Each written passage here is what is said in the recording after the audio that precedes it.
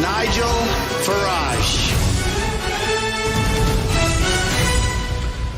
Thank you, Donald. Let's go back to the beginning, shall we? The referendum that took place in June 2016, we, the British people, were asked a question and assured in the government leaflet and elsewhere that whatever our decision, they would abide by it. What was the question? Maybe it's worth tonight just reminding ourselves where this whole thing started. It was, should the United Kingdom remain a member of the European Union or leave the European Union? Wasn't very difficult, was it? Wasn't very complicated. And, you know, my cross went in that box. I voted to leave, and a majority voted to leave. And we were told it would be implemented. And what we've seen in the last 24 hours is Mrs. May signing up to a text, a 500-page text, which hasn't, by the way, yet been fully released, though there are plenty of leaks.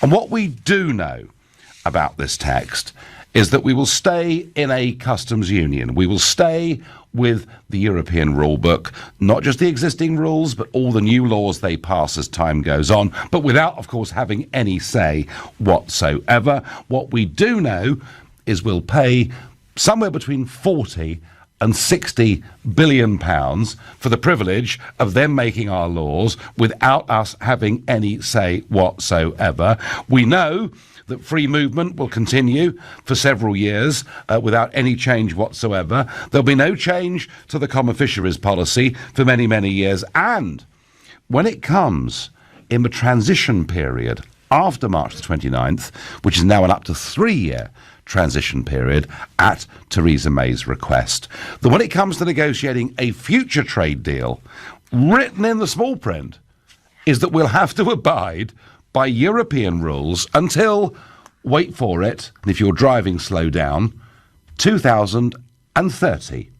And I wish I was making this up. And yet, when confronted with this reality, in Prime Minister's questions by Peter Bone, the Wellingborough Conservative MP, when he asks her, is this really Brexit?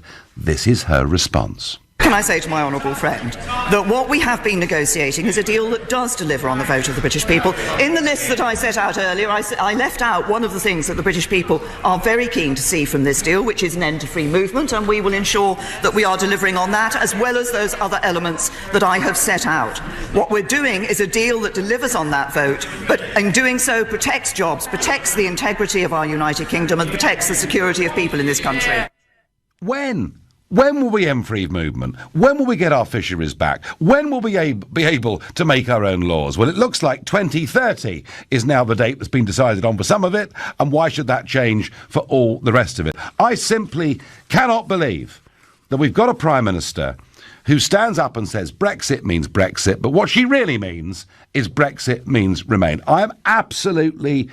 I'm so angry today I can barely put it in words. I mean, this is the lowest point I've seen in my lifetime in terms of a British government and the trust that it has from the people. It's despicable. And it's not just my side that are angry. She's now being openly mocked by the other side. I mean, how about this from Tony Blair? It's quite remarkable. He says, I take my hat off to Ollie Robbins. That's the civil servant who's really in charge of Brexit. I take my hat off to Ollie Robbins. Ollie is a very skilled guy. The elaborate camouflage of all the different points is a tribute to the skill of the British civil service. I say that sincerely. Well, I've been arguing for some time that they are the enemy within. And the Evening Standard, of course, edited by George Osborne, the man who was Chancellor of the Exchequer in the referendum, threatened us with an emergency budget. And it's a big front page. Theresa May's head inside the European Union flag. EU takes back control. So she's being mocked from all sides. But a day of great drama. She is stuck, as I understand it, still inside a cabinet meeting. There's a big dispute as to whether she's going to speak to the Commons tonight or do a press conference. And I'm going to go to Westminster and speak to Theo Usherwood, LBC's political editor, who has been watching every move of this during the afternoon. Theo, good evening. Good evening, Nigel. Let me just clear up that last point for your listeners. There had been talk earlier today that what we'd see is the Cabinet breaking up at around 5 o'clock this evening. There would then be the publication of that 500-page document, the withdrawal agreement, for us all to pore over. And then we would have a press conference to which Westminster journalists would be invited later on this evening. And then Nick Hurd, the policing minister, stood up in the House of Commons and told MPs that he'd been authorised to tell them that there would be no press statement. So we all thought the whole thing was collapsing in, that the Cabinet was... that there was some massive hitch with the Cabinet this evening. But it now turns out, just to clarify, there is going to be a short statement outside number 10. The microphone that is in place remains in place. No lectern, incidentally.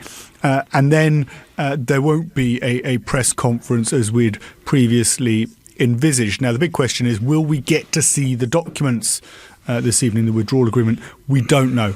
We just don't know the answer to that question. We're hoping we'll get to see those documents this evening, obviously.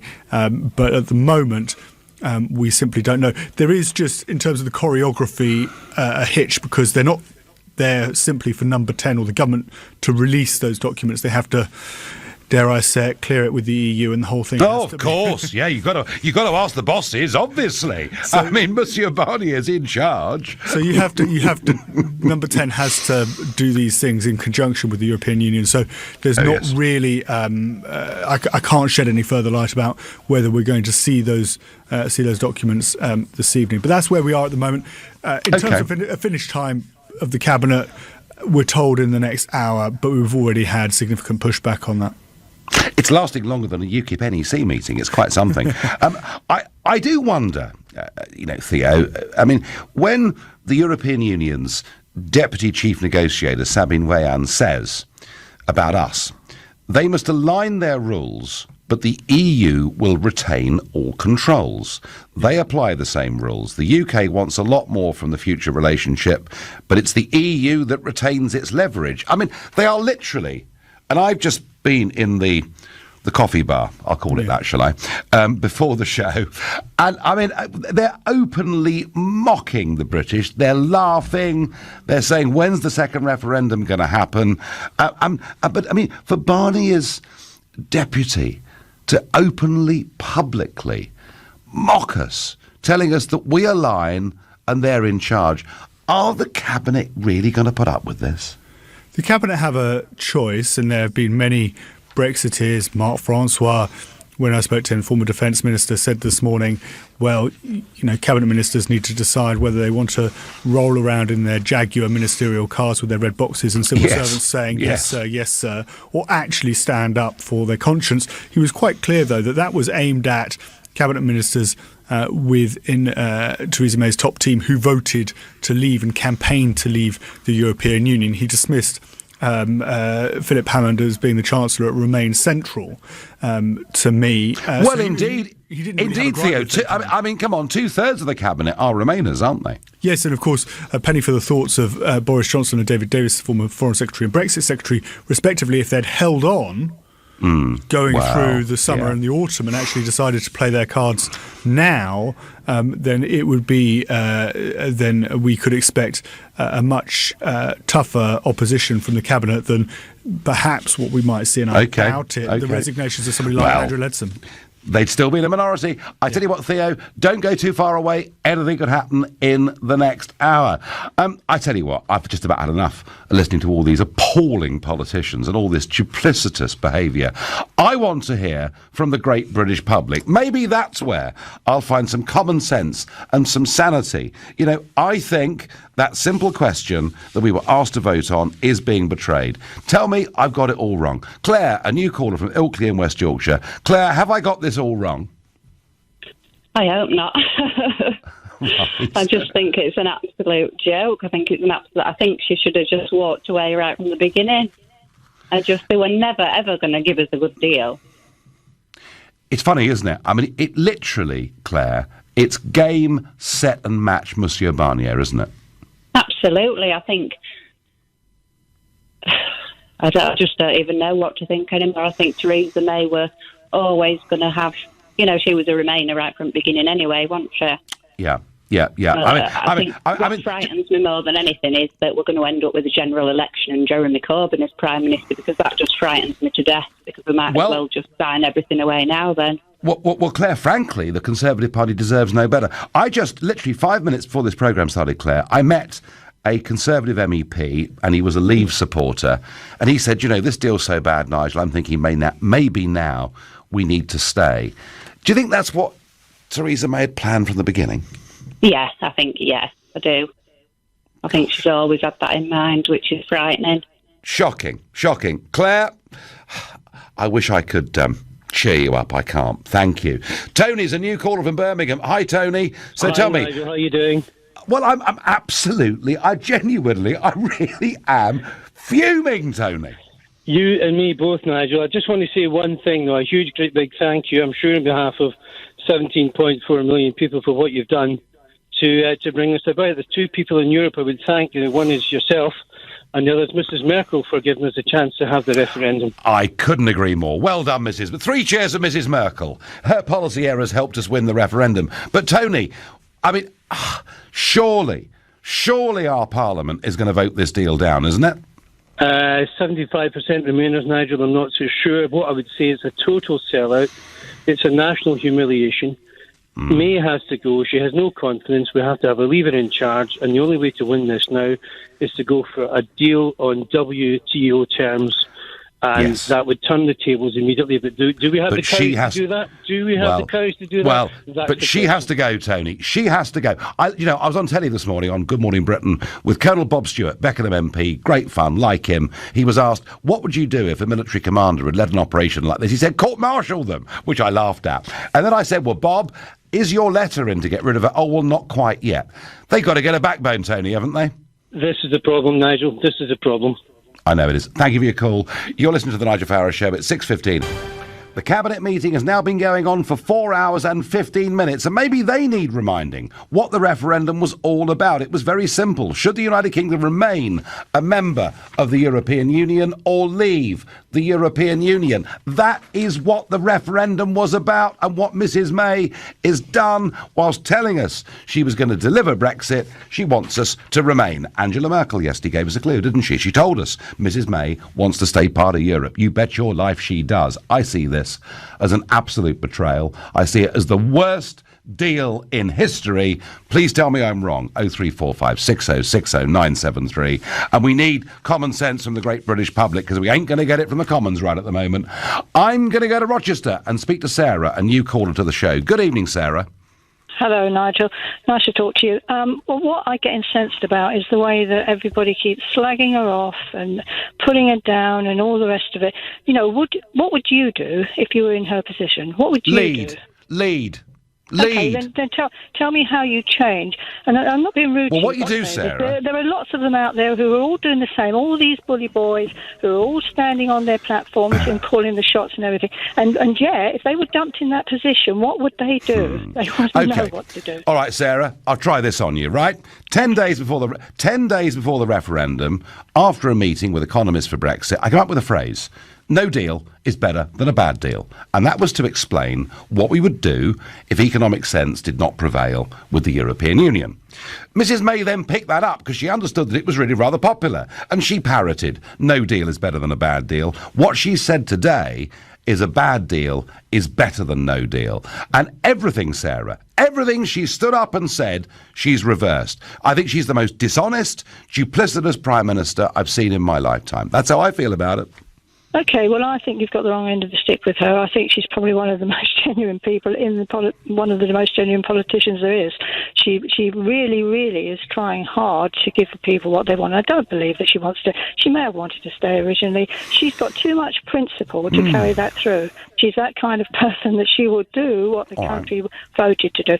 And also, the point is, don't you think she might have been using that to haggle a bit, or to give them some sort of thoughts that we're going to walk. You don't want to do it. We may walk away. You be careful. That kind of thing. No. You're absolutely right.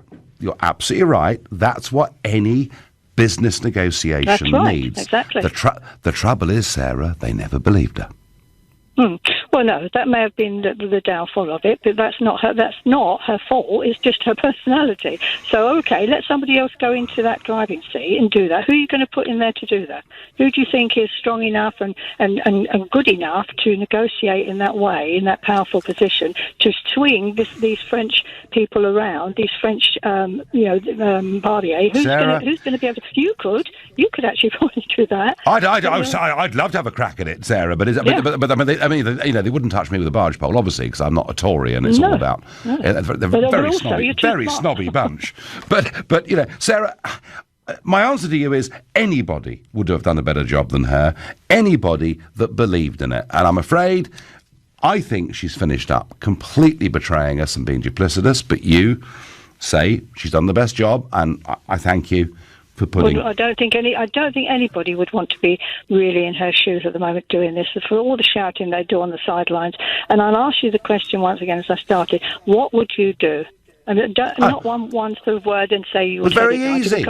Sarah, it's dead easy. We'll offer you a simple free trade deal. Take it or leave it. You got 8 weeks and walk out the room. They'd bite our arms off. Maybe that's what she's trying. Maybe that was what she was trying to do, and that's why she said, "If it doesn't work, we're going. We're out."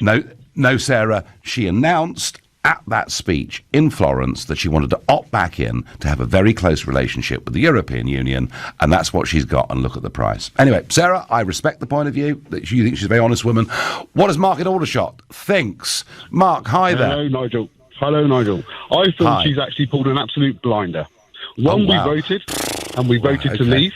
We voted to leave, and then she spent 2 years kicking the can down the road, telling us, no deal's better than a no deal, and we're going to leave and everything else.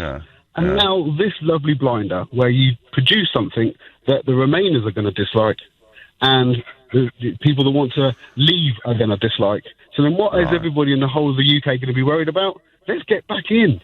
Let's get back and get the deal. Let's get back into Europe. No. You may well be right. You may well be right. Well, you may be right. That's quite simple. It's not a very good deal, so we leave. Let's go. And I just think she's pulled an absolute blinder to pull it over the wool of everybody's eyes, where democracy is not being stood up for. And why are people in Parliament not sticking by the things that they're supposed to be brought up and grow up in the UK and Britain and believe in politicians? Now, all I'm doing now is looking at Theresa May, thinking to myself, I don't really have much faith in Parliament. And now, after 2 years, and she's delivered this, and why would I want people in Brussels to make other decisions for us? That's all I wanted to say. She says we're taking back control of our laws, our money and our borders. Our laws will be tied to 2030. It's going to cost us up to 60 billion quid and no change in the borders. Terrific. But Mark, it could all be part of a cunning plan. You may well be right. What does Frank, a new caller from the Netherlands, think? Hello, Frank. Hello, Nigel. Well, I'm in complete and absolute agreement with you. I think she's the worst Prime Minister in the history of this country. I mean, Michael Foot struggled a bit, and so did one or two. Hang on. He was never Prime Minister. No, that's true. But in terms of honesty, and also, Frank, Frank, can I say he was a brilliant public speaker. He was a great intellectual. He was also a super patriot. And I remember him in the '75 referendum saying, "People think we have to be part of the European community because we're not good enough to run our own country. I think we are." So even though I'm not from the left like him, I've got a great deal of respect for Michael Foot, but I've got no respect for this Prime Minister, Frank. None. Well, I don't have it either, and I think, really, to be honest, she was a pro-Brexiteer, we all know it, and she's proved it. She was a wolf in sheep's clothing, or the other way around, actually, if we think about it. But the reality of the situation is this, there's no principles in politics. Principles in life are expensive, but without them, life is very cheap. You're one of the few people. I'm not necessarily on your side on all things, but I think you're a great communicator, and you do it without. I mean, I see Jeremy Corbyn in Houses of Parliament, and he's always looking down. He's always reading. The best orators, the best communicators, Michael Foot included, were people that could look up and speak and communicate. Chins up. Absolutely. This is the reality of the situation. Theresa May is a civil servant, a glorified civil servant, nothing more. Well, I think you're being too kind to her. I think she just does the bidding of the civil servants. And this is an Ollie Robbins Remainer civil service Brexit, Frank. It's a disgrace. What do your mates in the Netherlands make of the Brexit process? Well, it's fairly mixed. I think the majority of people are still more or less in favour of staying in the European Union, but they see the Three Musketeers of Barnier, Juncker and Verhofstadt being nothing more than unelected representatives. I've had many chats about this, and you're very true on that. I mean, very right. And yet it's like a Roman Empire. They dictate, they determine, they change the rules when they feel like it, and everyone has to face the consequences of their actions. I think it's outrageous. Got to tell you, Frank, I sit in seat number 20, Juncker's in seat number 21. He was steaming yesterday afternoon. He was barracking, laughing, slurring his words and having a very merry time. But then again, you see, when you've got power without accountability, do what the hell you like. Frank, I thank you. Chris in Burton tweets, can you imagine the trouble if Scotland had voted for independence and this happened? There would be trouble. I suspect, Chris, that may well be right. John in Manchester says, is this the day Britain died of shame? I tell you what, John, we're getting pretty damn close to it. Simon in Glasgow says, unfortunately, our Prime Minister has never understood that a vote to go was not about the percentage they won by, it was about the direction taken, and it was an order from the majority. I'm staying with Glasgow. I'm going to Ralph, who's a new caller. Hi, Ralph. Good evening to you, Nigel. How you doing? I am furious. I'm really... I normally watch this stuff and I can accept there's a bit of give, bit of take, but Ralph, this is the worst deal in history. It's appalling. If Parliament doesn't vote this down, goodness knows where this country's going to be, is what I think. Tell me I'm wrong. No, well, I'll tell you, I'm actually an ex-serviceman, and I'm actually totally disgusted with the government, not just Mrs May, but her whole government, who have allowed this woman to carry on giving smokescreen after smokescreen to deflect from what we all voted for. Yeah. So does she need to go, Ralph? She's needed to have been going for the last 2 years. Right? And what you really mean is she should never have started. She should never have taken the job on. And it's so aggravating now. But what I will say is, Mrs May and the Tory government have lit a fuse. And whether you are for it or against the Brexit vote, it doesn't matter. The fact that the democracy of this country has been totally undermined, and just it's not been actually even taken on board that however many voted to leave, however many voted to stay. It's a betrayal. Swept underneath the carpet. It's a betrayal. Ralph, your point about democracy is a powerful, emotive and correct one, and I thank you. You're listening to the Nigel Farage Show here on LBC at 6:30 and time. For callers like Sarah earlier who think I'm always on Mrs May's case and being negative about it, I want to tell you this. In January 2017, I just started working for LBC. She gave her Lancaster House speech. I, on this show, albeit broadcast an hour later, praised her to the rooftops. I said I couldn't believe that a British Prime Minister was using the same words and phrases that I'd used for 20 years. I more than gave her the benefit of the doubt, but when I heard a few months later, when I heard her in Florence saying we would opt back in to parts of the European Union, I said and I wrote that I feared the great Brexit betrayal had begun, and today it is complete. It is a total betrayal of Brexit. It is the worst deal in history. Why would you give away nearly 60 billion quid to continue having your laws made somewhere else over which you have no say whatsoever? And where? We're waiting for the small print. Northern Ireland effectively might just get hived off as well. Why would you do that? Somebody tell me I'm wrong. Anthony is a new caller from Chelsea. Anthony, welcome to the show. Good evening, Nigel. How are you? Well, I think you can tell, can't you? Absolutely. I'm normally in control, but I'm absolutely beat furious. I can tell. Well, I have something to say on it. Among all the talks of betrayal and smokescreens and whatnot, you very helpfully, several times this evening, read us the exact text of the referendum question. And it is whether we want to leave the European Union. On that basis, the deal that's put on the table, from what we know of it, you can you can say what you like about the details, and I'm not sure I approve of it. But actually, on delivering on that question, it will do. We will leave the EU in March 2019. Now, it may not satisfy your own personal... Well, hang on. That is a fact. Hang on. The customs union and single market are integral parts of the European Union. I mean, you're right in one regard, Anthony. You're right in one regard. Thank you. This may give us Brexit in name only. But what's the point of it? Well, I quite agree. What's the point in any of it, really? I mean, I would refer to what Andrew Rawnsley said this week, is that, the problem with Brexit isn't Theresa May. The problem with Brexit is Brexit. I couldn't disagree more.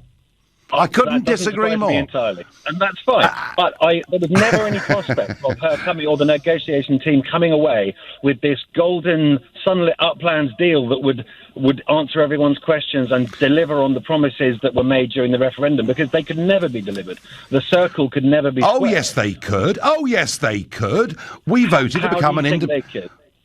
Because we voted to become an independent country. And do you know what, Anthony? Independent countries make their own laws, control their own borders, choose their own relationships around the world. Independent countries, by the way, Anthony, are quite as capable of mismanaging themselves as the European Union is. The great thing is, every 4 or 5 years, you can sack them and replace them with somebody else. And Anthony, I mean, Brexit's entirely doable, but you need a leader that believes in it. And I would just say this to you.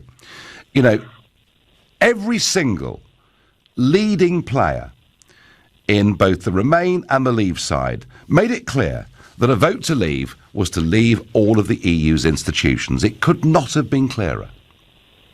Well, just be careful about that, because actually that's not true. I think the single market and customs union, they are different. And we do obviously have countries that are members of those institutions without being members of the European Union. So that's not true. And those were options that were laid on the table during the referendum. There was much talk about the Norway model and such like. So those were options. And we talked about it. Of course we talked about it. But ultimately, the key players on both sides made it clear, a vote to leave, we're leaving the EU's institutions. And what she's trying to do here is to give us Brexit in name only. And Anthony, I mean, the truth of it is, what we're seeing today is genuine Brexiteers are enraged. Remainers are openly mocking her. I mean, don't you think to some extent this is the worst of all worlds? Well, I'm not going to argue with the fact that it doesn't sound like a great deal. Obviously, we haven't read the text either of us, but it doesn't sound like it's going to be very good for anyone. But I go back to my earlier point. I don't think anyone would have come back with much better. But, I also think, your earlier caller asked what you would have done, and I'm afraid, saying, well, we would have just fallen out and crashed out and gone to the World Trade Organization. I didn't say that. I didn't say that. I didn't say that. No, Anthony, I did not say that. Than a bad deal. I said during the referendum campaign, no deal is better than a bad deal, which, hey, is just plain common sense. Right. But since Anthony, my first ever political speech was in November 1993, right?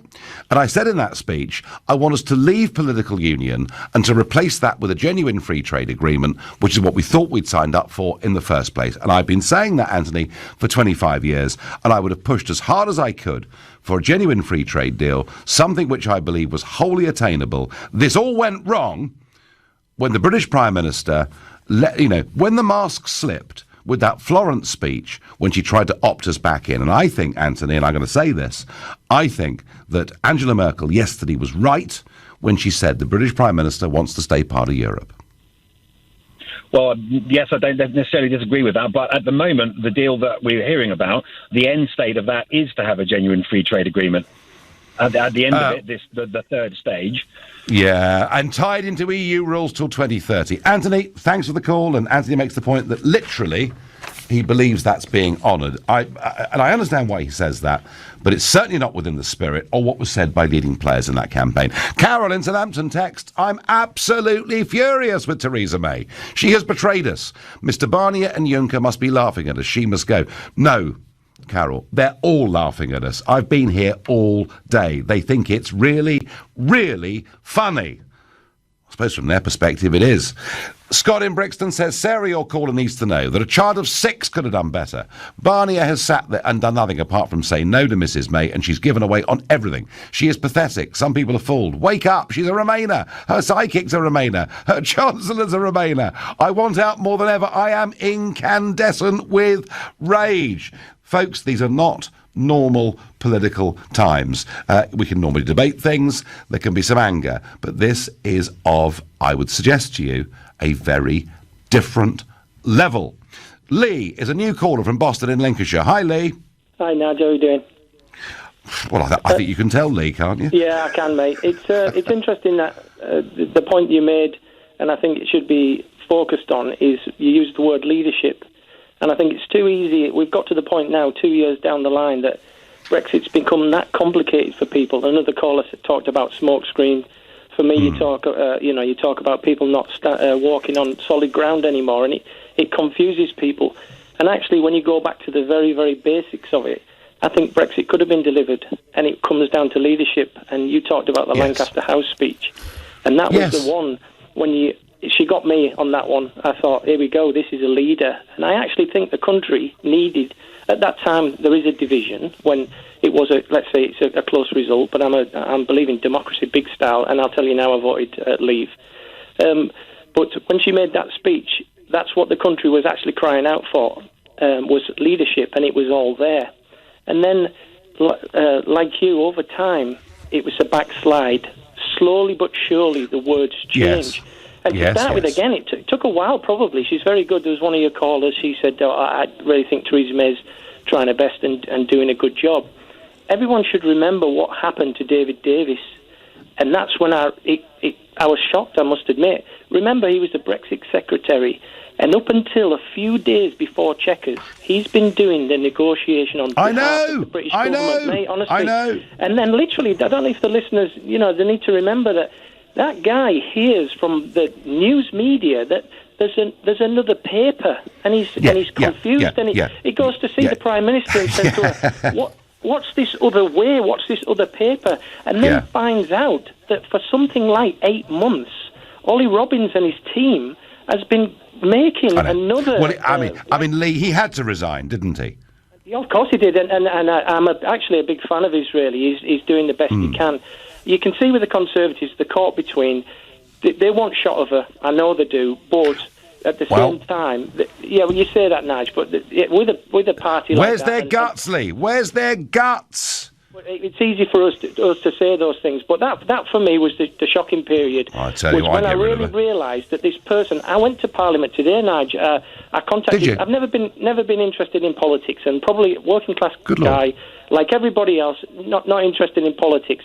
And then the referendum happened, and you've got to remember the political classes. It was interesting because they make a mistake here. They demanded we took part. People that weren't interested in politics were told. And they promised us, Lee. They promised us, Lee. They'd abide by it. They really did. Lee, I'm going to let you go. Time is running out. Love your passion. And isn't it interesting? There were lots of Lees, people who were not interested in politics, but this referendum got them involved and interested. I've been saying for some time that I think the Cabinet will approve this deal. I still do. I've also said for some time that I suspected she'd get it through Parliament, but this is now so bad that I think it's 50-50 now whether she gets this through Parliament. I'm going to pray tonight that it gets kicked out by Parliament. You're listening to the Nigel Farage Show. Well, the Tories are in trouble with this, but in many ways the whole political class are in trouble with this. John from Lincoln says, I'm disgusted at the political class. They've no idea what damage they're doing to democracy. At the next election, it will damage both the Conservative and Labour parties. Yeah, but John, with a two-party system, in the end, one of them's actually going to win this, unless something really radical happens in British politics. Odin says, I've never voted Labour in my life, but after this betrayal, I will vote the Socialists in. Odin, you're not the first I've heard say that over the course of the last few weeks. Let's go to Grays and speak to Joanne, another new caller to this show. Joanne, good evening. Hi, Nigel. How are you? I'm all right. Now, you're from a very Leave part of the country, aren't you? Very exceptionally Leave. Been a Leaver for, I can't remember when. I've never, ever supported being in the EU. Right. But obviously this was the opportunity, well, so we thought, to actually have the vote to make a decision on whether or not we stayed. And I believe that Theresa May has just starred as the enemy within. She's been like a Trojan horse that's been shipped in to do the wonderful things that she promised at the beginning, and at every opportunity she's turned against it. The flyover to Belgium, to Brussels last Christmas over the backstop. Humiliating, wasn't it? She folded like a cheap tent. It was just unbelievable. And in that situation, her cabinet should have looked at it and said, look, we really need to look at where she actually is on this. And since then, she's had cabinet ministers who've been Brexiteers actually resigning, and she's replaced them all with Remainers. So as a member of the public, I'm looking at it and I'm thinking she is going to take us down that road. Whatever way she can, she is going to keep us closely aligned. The Dominic Raab situation, that was all a ploy, because she said she was then going to take over and deal with negotiations herself. How often has she been flying over there to deal with the negotiations? What's his name, Robbins, he's been dealing with it the whole time. Yeah, it's the civil servants doing it. I didn't vote for him. No, quite. Just as you didn't vote for Monsieur Barnier. Joanne, No. One thing that strikes me about Grays, and I've been there a couple of times, and I've spoken a couple of times down there, is... My husband and my son actually went to see you in Purfleet. Right, well, there you go. I've done a couple of big events down there, big crowds. One of the things that struck me about Grays, a lot of people voted in that referendum who had never voted in their lives. And I worry with what this Prime Minister is doing. I think what you're going to get from on the back of this is people who have voted all their lives potentially never voting again because they feel that they're actual democratic. I don't believe we live in a democracy. I don't believe that people really have a say about what goes on and how things are dealt with. And this was the first opportunity, I believed, that we could potentially get the people's voice heard. Although I thought I was a bit of a sceptic. I thought, no, I think we'll get it. But as soon as she came in, and I started to see how she's approaching it. She's got to go, Joanne. She's got to go. Got to go. You're absolutely a star. You're a star. Thank you. So thank the cabinet. You, Nigel. No, thank you very much indeed for that and the passion. And lots of people down there in Grays had never voted before. Will they ever vote again? I wonder. Well, if there's any march on it, we will be there. All right. I've never marched for anything, but I will be at the front. Okay, we'll make it peaceful. I'll be there with you, Joanne. Thank you. Well, we're getting news now that the cabinet meeting is breaking up right now. We may get news in the next few minutes. We may not. It may be over to Ian Dale after 7 o'clock. I'm going down to Wandsworth to speak to Robert, another new caller. Gosh, the phone lines are buzzing. Robert. Well, it's an important time, Nigel, so it is. I'm sure they will be buzzing. Well, I don't feel well. I feel physically sick. Do you? By what I'm hearing this afternoon and rolling out into the evening. I feel physically sick. I do not want to talk about the past because we know that this is, in my opinion, this is treason. Treason? So, well, treason. Strong word. This is strong not word. treason, mate. This is treason. Treason. Wow. And I don't want to talk about the past because I think all your listeners know how we've all been stuffed by this. So we've Robert, got to look to the future. You've got to decide you've got a very do about this. You've got a very strong view. You've used a very strong word in treason, yet you've never called me before. Is today the final straw for you?